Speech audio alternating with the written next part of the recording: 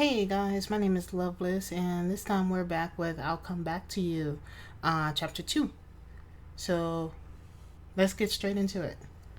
Xavier is angry, so unbearably angry that he doesn't know what to do with himself. Today is your birthday. You had to work. The two of you were sent to different missions in the opposite part of the city.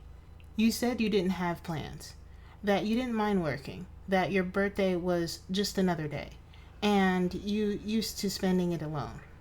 He bought you a bouquet. In passing, you mentioned that no one had ever bought you flowers.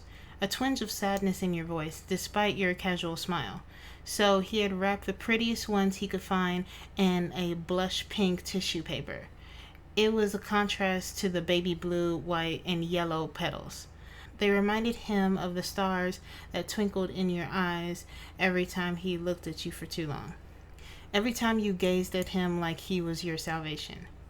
He wore something nice and comfortable, intending to walk you back to your apartment for a takeaway and a movie. You said that you were exhausted, that you wanted a quiet night, save from wanderers who had been increasing their attacks lately. But when he sees you in the park, your hand holding onto Dr. Zane's elbow as you share hot chocolate, he sees red. He watches you laugh. Your breath puffs into the doctor's face as he leans down so you can murmur something in his ear. Xavier sees the way Zane's eyes linger on your lips. He sees the way he holds you close, like you're his. But the worst is the way you rest your cheek on his bicep as you point to a fairy light strung between the trees, twinkling in the reflection of your awe-stricken eyes. What's worse is the pang of pain, of fleeting panic, when he realizes he might have lost you to this man. A man who hasn't traveled time and space just to find you again. A man who can't protect you like he can. The desire to crush the flowers in his hand and throw them at the smug doctor at your side overcomes him. The veins in his arm bulge beneath his baggy white sweater. Green eyes meet his blue ones. You don't notice at first. You're sipping that hot chocolate, eyes firmly on the black crow perched on the neatly trimmed trees, when your gaze drifts to Xavier, and he sees them widen a fraction, before focusing onto something behind him. Recognition and confusion sparks in your eyes. But he can't turn to see what you're looking at, not when an alarm sounds from his wrist. In perfect sync, you and Xavier snap your attention down to your hunter's watch, the blaring alert signaling a metaflux in the area. Everything happens so quickly after that. The first wanderers to appear are easy to deal with.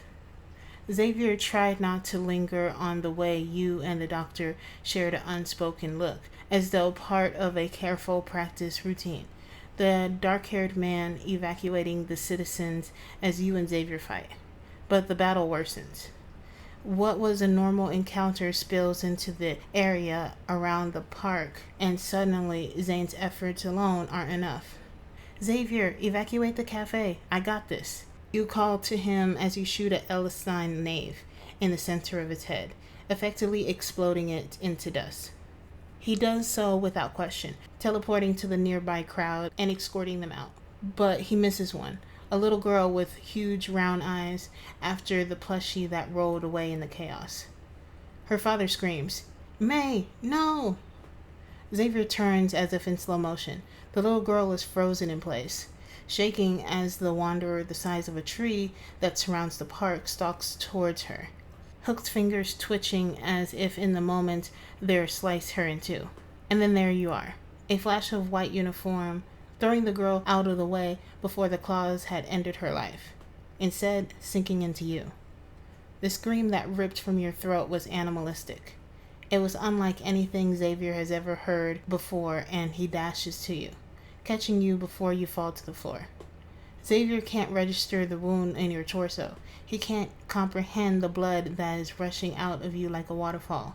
He eventually realizes the doctor is by your side now, also taking in your injuries, but Xavier can't linger for long. Blue eyes met green again, this time shared a grim sense of camaraderie. The threat is still present, wanderers closing in as if lured by the scent of blood. You can't allow them to endanger you further. He readies his sword and dashes at them, each slice vicious and unyielding, each attack pushing them away from where your body is being tended to by Zane. But he's distracted by images of your insides on display, your lifeblood oozing out of you, that he almost led a wanderer through his defenses. Then for the second time this evening, he sees red, quite literally. It was like a fog that lifted up the wanderer that had been sprinting towards your limped form, its body spasming in the air before dissipating in a puff of red shadow. Xavier knows that evil. He's seen it before. He's fought against it. Dark tangled of light that he and Silas battled in the N109 zone. He's unfamiliar, however, with the fire that dances through the air with sharp ribbons piercing through Wanderer's skull as they are little more than pieces of paper to be shredded apart. The leader of Onikinus beside him says nothing. He doesn't tense or taunt or make any comment at Xavier's lapse in judgment. His face is stern, lips pressed in a firm line, eyes flashing dangerously as they flit over the remaining wanderers. As they fight, Xavier learns that the one holding the fiery blades is the artist you mentioned in passing. You are his bodyguard, or something to that effect. But there's something else nagging at the back of the hunter's mind. Something that doesn't make sense. Raphael fights as though it's his life he's protecting. He's swift and quick with the efficiency of a seasoned assassin. So it begs the question, why does he need a bodyguard? Why is a crime lord and famed artist defending your body with just as much desperation as Xavier is? The question to that doesn't matter. Not when the dust settles and he returns back to see your battered body, skin palled and paler than it usually is. They had cleared out the rest of the wanderers in seconds, but when his eyes landed on you, he feels as though it's been hours because how you looked so lifeless. Your weakened voice is distant, as though you're speaking to them through fog. It's like you can't really see them. He can't register your words. They're confusing. They don't make sense. He convinces himself you must be hallucinating, that you must be suffering a concussion. Why else would you call him a prince? It's not like you can remember what hasn't happened yet. Can you carry her? Xavier's voice sounds foreign to even himself. The doctor is already hooking his arms beneath your unconscious form, gently as not to jostle more blood from you or to disturb your injuries further. Xavier's hands find Zane's shoulder as he's about to teleport them away when he catches Silas's eye. The color has drained from his face, and his maroon gaze is almost pleading when Raphael is kneeled on the floor with his head bowed. He feels a twinge of pain, or perhaps it's recognition. A realization that the men care for you like he does. Why else would they be defending you as fiercely as they did? We will take her to Osco Hospital, Xavier quietly says. I will update you. Something flashed in Silas's eyes. Gratefulness? Fear? Hope? Xavier can't be sure. He teleports away too quickly to decipher it. When the hospital materializes in front of him, he collapses. Vaguely, he can hear the doctor barking orders sharply as people rush around to assist him. Someone comes to where he's crumpled on the floor. A nurse, maybe. Her tender hand brushes his shoulder, but he twitches away as if it burns. I'm fine, he snaps at her, covering his face with his hand. She scurries away, leaving him alone with his thoughts. He failed. You needed protecting, and he failed. Was it because he was distracted? Was it because of his jealousy, his possessiveness, over a girl who wasn't even his? Got the better of him? Had he sacrificed everything because you were sharing a hot chocolate with an old friend? He curled in on himself, knees drawing to his chest, forehead pressed into them as he tried to regulate his breath, that threatened to deteriorate into sobs at the familiar retching in his chest. The urge to flee overcomes him, the urge to stalk into the night and slaughter every last wanderer on this miserable plane of existence, the urge to disappear into the shadows, to let them drown him, suffocate him for failing you.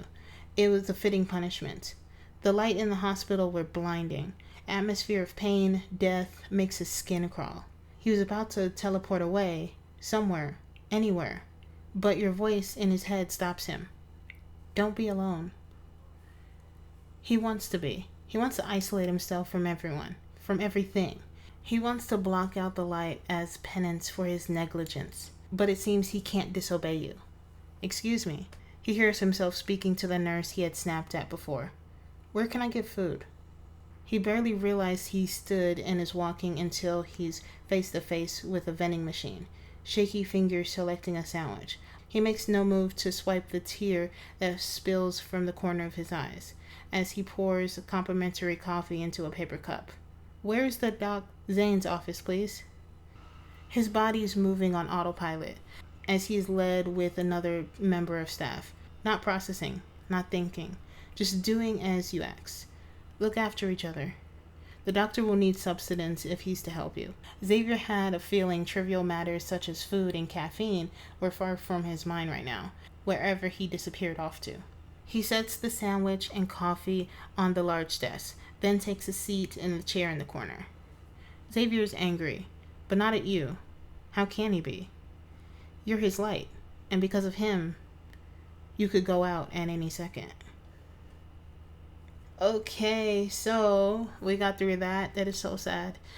So pretty much the next few, just to give you a heads up, it's pretty much going from each of the boys' perspective on what's going on, which is so much needed.